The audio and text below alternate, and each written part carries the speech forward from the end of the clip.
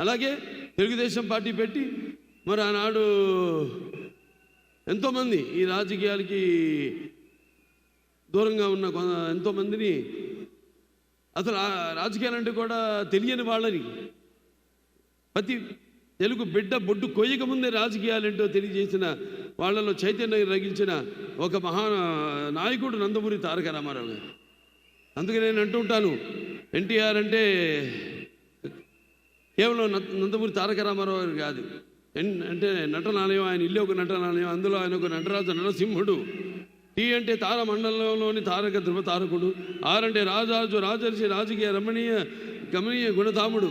అందుకే ఆయన అందరి గుండెల్లో నిండుగా మెండుగా ఉండి నేను ఎప్పుడు మీకు అండగా ఉంటానని చెప్పి తెలుగుదేశాన్ని పార్టీని స్థాపించారు.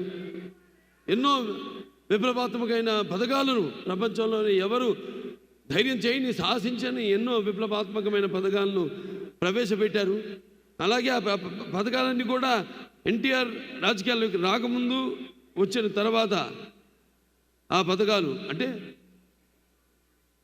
ప్రజల కోసం వాళ్ళకు మేలు చేయడం కోసమని ఆ పథకాలను ప్రవేశపెట్టి అమలు చేసి ఆయన తర్వాత కూడా ఆ పథకాలను ప్రవేశపెట్టేలా అమలు చేసేలా చేసిన మహానుభావుడు నందమూరి తారక రామారావు గారు.